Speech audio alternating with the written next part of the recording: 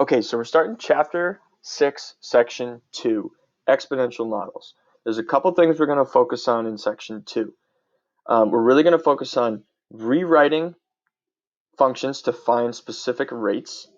We're going to talk about compound interest, and then we're going to also talk about how to find an exponential model given some data points. So the first thing we're going to focus on, example 1, is we are going to rewrite in order to identify a given rate. Most times, actually pretty much all the time, you're always going to be given a rate when it comes to per year or annually. And sometimes it's advantageous to find it at a different time interval, maybe monthly, maybe quarterly, maybe something else. So that's what we're going to focus on here. And what we always want to start with is always putting it into an original exponential growth function that has to do with years. So here's what it says. In 2015, we have the population of a town was 8,000, and of course I'm abbreviating, and it is growing or increasing at 2.5% per year. And that's great to know. But it turns out that we actually want to find what the monthly growth rate is. But let's first just start by writing the exponential growth function. Okay, so let's remind ourselves that exponential growth is written as what you start with times itself, tack on your rate, raised to the t power. And the thing about this function, people, is that t is always in years.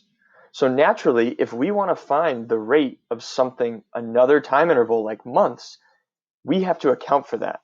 T is always going to be represented in years. And remember that our rate is always represented as a decimal. Okay, so let's write down what we know. So our starting value is 8,000. Our rate is 2.5%, which translates when we divide by 100 to 0.025. And let's plug that in.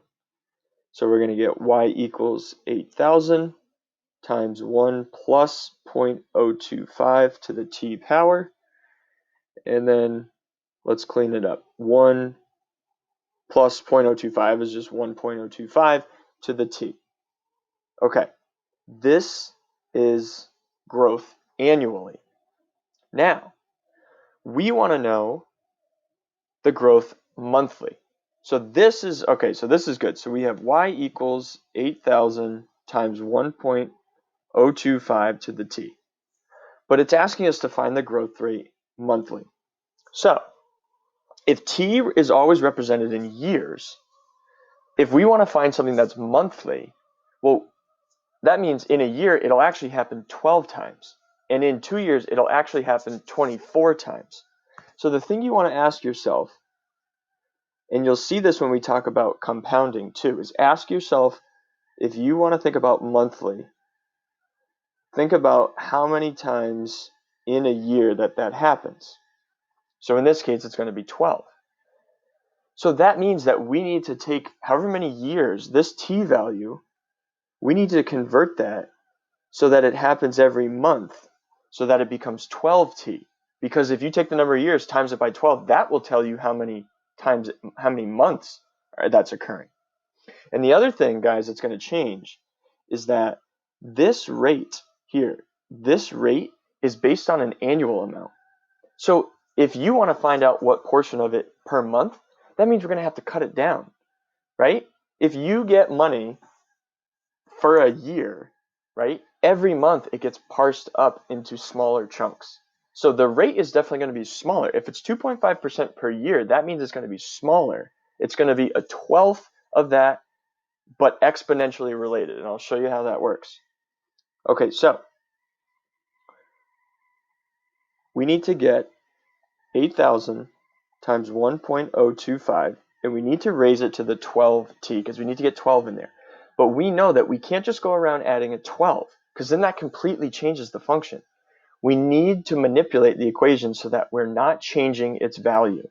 And the way we do that is that we multiply by 1, or we raise it to a power of 1. Well, guess what? if we just raise it to the 12 over 12 power, now we haven't changed it since we're multiplying by 1, and we get that 12t. So now, because we want this to remain as just 12t, we can then take this portion of the 1/12 and apply it inside the exponent. Apply it to that rate. So watch, we're going to do 1.025 to the 1/12th power raised to the 12t. And just so that we double check ourselves, what does our rule say power to a power is we multiply. So 1/12 times 12t is sure enough 12t over 12. So we're not breaking any rules here, but we're sticking by the rules of exponents. So because you know that 2.5% over a year will be a smaller portion of that every month, that's exactly what we're doing here. We're applying this rate, but we're only raising it to a 12th of its value because 1 over 12, that'll give us every month. All right, so we take 8,000, 1.025, raised to the, in parentheses, 1/12. Make sure we're doing that in parentheses, this power of 1/12. So we get 1.00206 to the 12t. Okay, so now this represents the smaller monthly rate, but raised to the 12 times t. So it's 12 times for every year. So raised to the 12t. Okay, the last thing we need to do here is this right here is our rate. But look at our original here. We express the rate as always itself plus whatever r value.